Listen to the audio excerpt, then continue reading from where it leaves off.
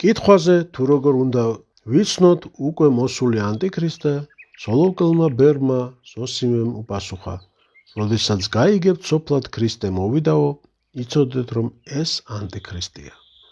რა ზუსტი პასუხია? სოფელი ვერ იცნობს ანტიქრისტეს, იგი მას ქრისტედ აღიარებს და ღმერთად გამოაცხადებს. როცა ხმა გავარდება, ქრისტე მოვიდაო, ეს იქნება სარწმუნო ნიშანი, რომ ანტიქრისტე გამოცხადდა და შეუდგა თავის საქმეს. სატანა, რომელიც გზას მოუმზადებს ანტიქრისტეს, მთელი ქვეყანაზე გამიწიერებული, უსიცოცხლო ფორმალური ქრისტიანობის გავრცელებას და ყველა სხვა რელიგიის მასთან დამოყვარებას მოინდომებს. ყველა რელიგია აღიარებს თავის სულიერ ნათესაობას ბრწყალებში ქრისტიანობასთან, აღმატებას, აღტაცებას გამოთქვამს მისი მაღალი მოძღვრებითა და ზნეობრივი სიწმინდით, მისი სიმბოლიკის სილამაზით და ასე შემდეგ. თავის სარწმუნოებისადმი ასეთ პატივისცემას რომ დაინახავს, მრავალი გურუპყვილო ქრისტიანიც კი ტაშს დაუკრავს საკუთარ ვნებებსა და სულიერ წყლურზე ზრუნვას დაივიწყებს და ხორციელი მოშოვნეობით აღგზნებული მხურვალე ენთუზიაზმით უქადაგებს მსოფლიოს ამ გამეწიერებულ ქრისტიანობას. სწორედ ასეთ მქადაგებლებზე ამბობს საღვთო წერილი, არ მივავლინებთ წინასწარმეტყველთა და იგინი რბეოდეს, არ ვეტყოდი მათ და მომარდა იგინი წინასწარმეტყველებდეს. იერემიას 33:21 მუხლი. იქადაგებენ რა გამეწიერებულ კაცობრიობის ხორციელ ნებასთან მისადაგებულ ქრისტიანობას ბრწყალებში, სახარების სიტყვას ეს მხურვალე ქადაგნი ბრწყალებში, სინამდვილეში სოფელს ქრისტესაგან განაშორებენ და ანტიქრისტეს გზას შეუყენებენ. თუმცა ამას თვითონ ვერც კი შენიშნავენ.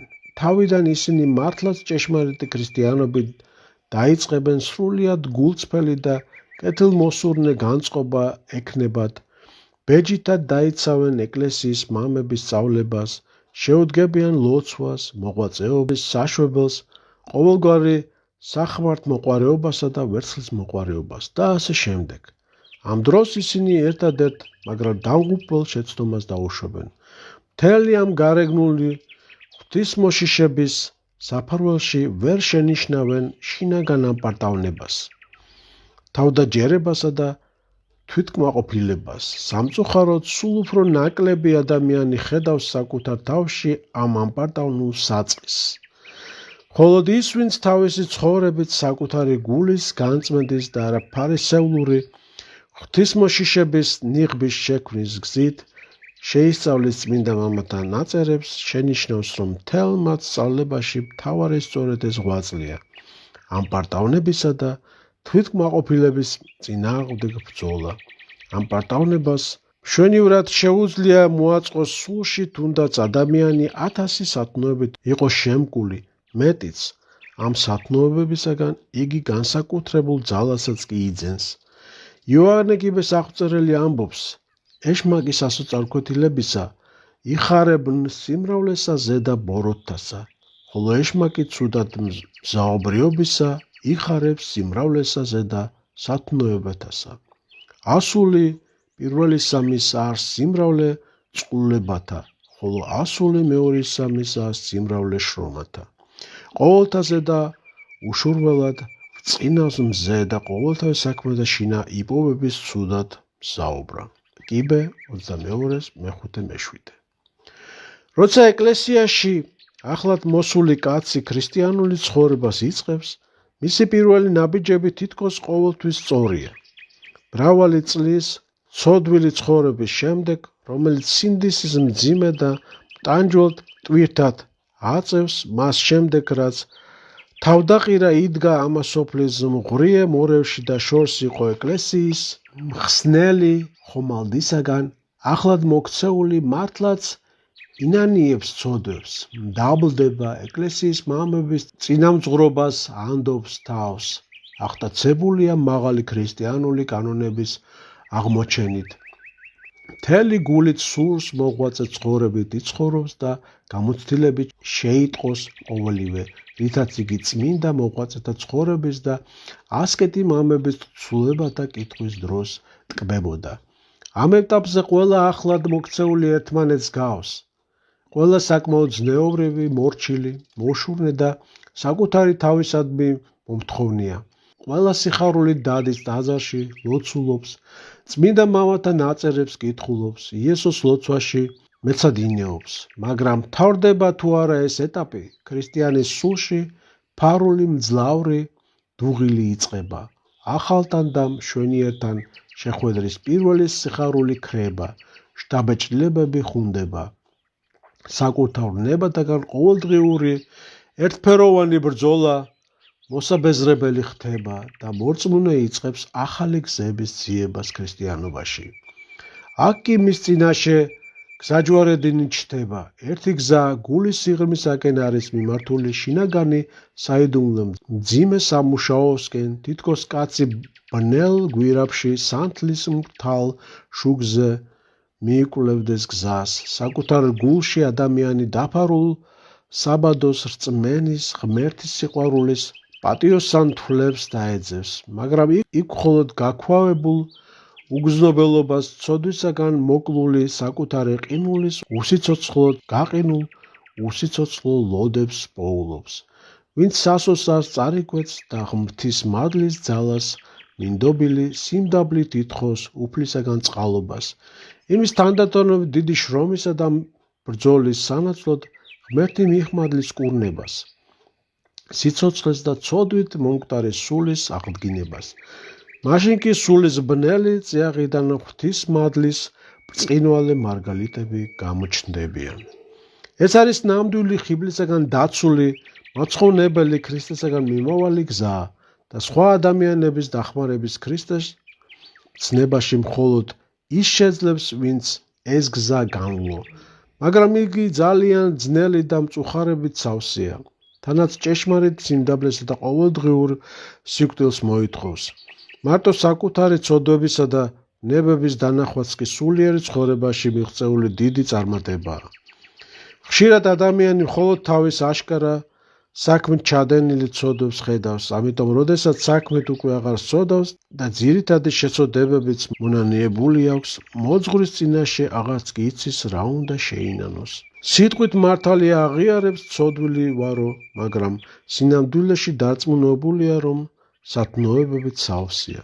თურმე სულში ჩაბუდებული იდუმალი ვნებების აღმოსაჩენად აუცილებელი ყოფილა სოფლისაგან მისი შფოთისა და ხმაურისაგან განდგომა, ერთხანს დაწყნარება, დაფიქრება.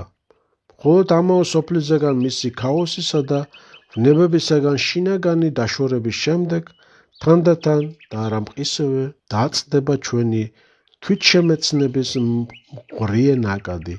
ჩადგება სოფლის საზრუნავს შეთვისებული გულისიტყვების ხმაური და მხოლოდ მაშინ გამოიკვეთება უმახინჯესი ვნებებისა და ახირებების ჩვევებისა და გულისთქმების ცოდვილი სურვილებისა და ცოდვისადი თანაგზნობის სილუეტი. ყოველივე ის, რაც კაცი ადრე ყოფით მორევში ჩაძირული ვერც კი წარმოიდგენდა. განსაკუთრებით სოფლმრგებლობა მონასტერში განმარტოვება, ოღონდ იმ პირობით, თუ იქ ახლად მოქცეული სწორ სულიერ მიმართულებას მისცემენ. ხშირად ხდება, რომ ერიდან მონასტერში მოსულმა კაცმა არც კი იცის რა შეინანოს. აღსარების დროს ხშირად გაიგონებთ, არა ამ პატავანი არ ვარ, რაიმე განსაკუთრებული წოდები არ მაქვს. შემინდეთ, მაგრამ არ ვიცი რა მოვინანიო. ანდა აი რა და რა შური კი ჩემთვის ნამდვილი უცხოა. მიყვარს ღმერთი და მოყვასი. მიყვარს ჩემი ქვეყანა და მზად ვარ თავი შევწირო მას და ასე შემდეგ და ასე შემდეგ. საინტერესოა, რომ თუ ასეთი კაცი მონასტერში დარჩა, ცოტა ხნის შემდეგ უკვე უჭირს აღსარების თქმა, რადგან მეტისმეტად ბევრ ცოდვასა და ბოროტებას ამჩნევს თავს, თუმცა საქმით წინანდელზე გაცილებით ნაკლებს სოდავს.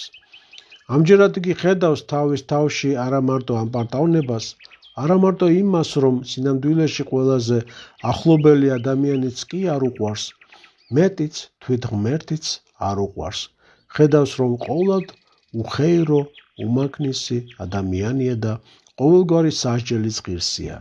და ასეთი ხედვა მონასტერში არასწორი ცხოვრების ბრალი კი არა, სულიწმინდის ნიჭია. წმინდა მაგარი მეგვიგვტელი ამბობს, ადამიანი, რომელმაც გატეხა მცნება და გაძევებული იქნა სამოთხიდან, ორმაგადაა შეკრული.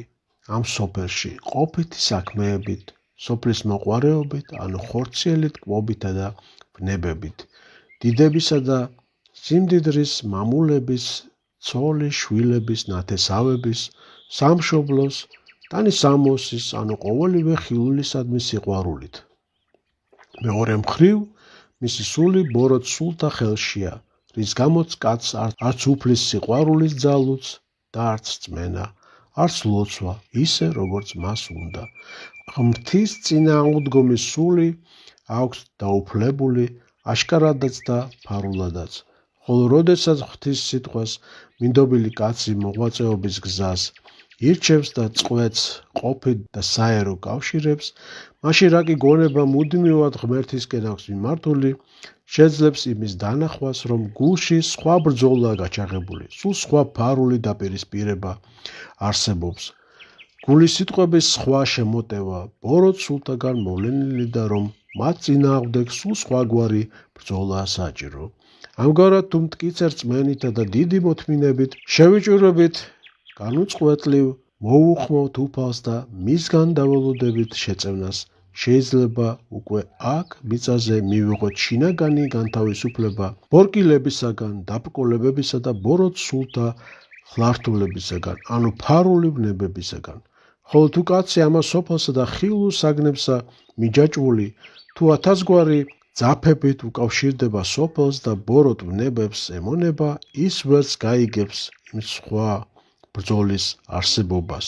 თუ იგი არ უარყოფს სოფელს, არ განეშორება მიწერ გულის თქმებს და მთლიანად უფალს არ შეუდგება, მაშინ ვერც იჩინონ ბოროტ სულთა და ფარულ ბნებათა სიცრუეს გამოიცნობს, არამედ უცხოდ არჩება საკუთარი თავისთვის, რადგანაც არ ეწოდინება თავისი წყლულები და ვერ დაინახავს დაფარულ ბნებებს. მაგარი დიდი 21 საუბარი.